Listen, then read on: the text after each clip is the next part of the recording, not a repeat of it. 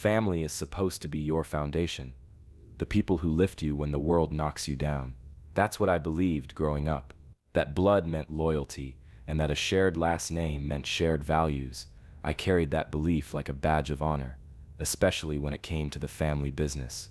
My grandfather built it from nothing, just a man, a toolbox, and a vision. By the time I was born, it had become one of the most respected local construction companies in the region, and I was proud to be next in line. From the time I was 13, I was on job sites after school, sweeping sawdust and learning the trade. My grandfather used to ruffle my hair and say, "This'll all be yours someday, kid." I believed him, not because he promised, but because I earned it. I worked holidays, skipped parties, showed up early, and stayed late. I didn't see it as a job. It was legacy. It was ours. And when he passed away, I was ready to carry the torch. But the torch didn't go to me. It went to my uncle, my grandfather's eldest son. Legally, the will left majority control to him, with a clause that I'd retain partial ownership. At first, I didn't protest. I figured we'd work side by side, the way my grandfather always wanted, a partnership. I had ideas to modernize the business, build a social media presence, improve marketing, even expand into sustainable construction. I thought we could evolve the legacy together. My uncle, though, he had other plans. From the moment he took over, things changed. He acted like he owned everything outright, like my input was a nuisance instead of an asset. Meetings became monologues. My ideas were too young, too ambitious. Not how we do things. I tried to be respectful. I tried to be patient. But it became clear that he didn't want a partner. He wanted a puppet. One afternoon, I brought up the idea of expanding into a neighboring city. It was a calculated risk, based on data I had spent weeks compiling. My uncle didn't even look at the report. He waved me off and said, "You don't run this company." "I do, know your place." That stung more than I expected.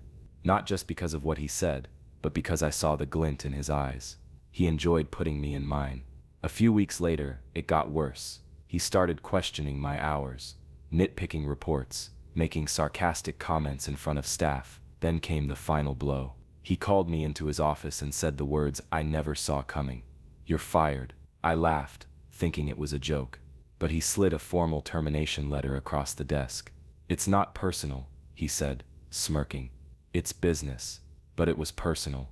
This wasn't just a job. It was my future, my family, my history. And now, I was being erased from it by the man who was supposed to carry it with me. I walked out of that office with my dignity in pieces and a fire in my chest.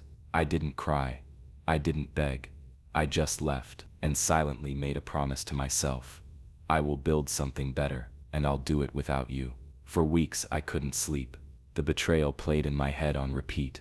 But the anger, that became fuel. I used every connection I'd built over the years, every contractor, every vendor, every past client I had impressed. I started making calls, sketching out plans, pricing equipment, and within 3 months I launched my own construction company.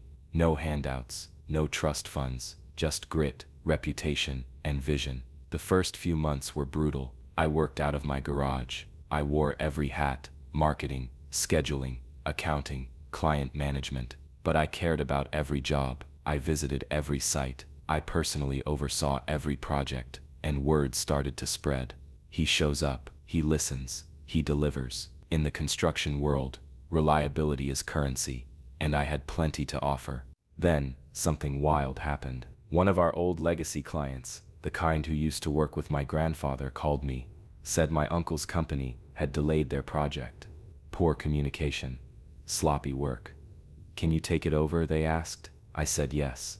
That contract put me on the map. It was a domino effect after that. Clients jumped ship. Projects rolled in. My calendar filled faster than I could have imagined. Meanwhile, my uncle's company started bleeding. He had gotten comfortable. Arrogant. Clients noticed. The difference was obvious. While he was busy riding on the family name, I was rebuilding what it stood for. And soon, I was outselling him, outperforming him, outgrowing him.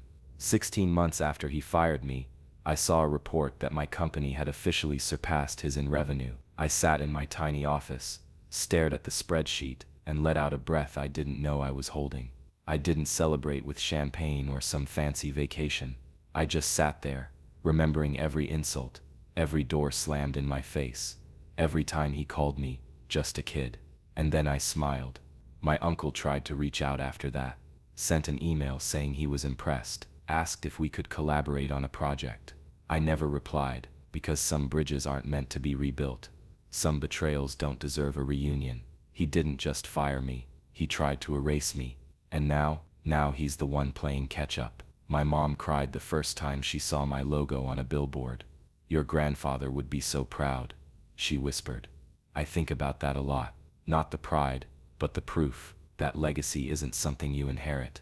It's something you earn, and no one can take it from you, unless you let them.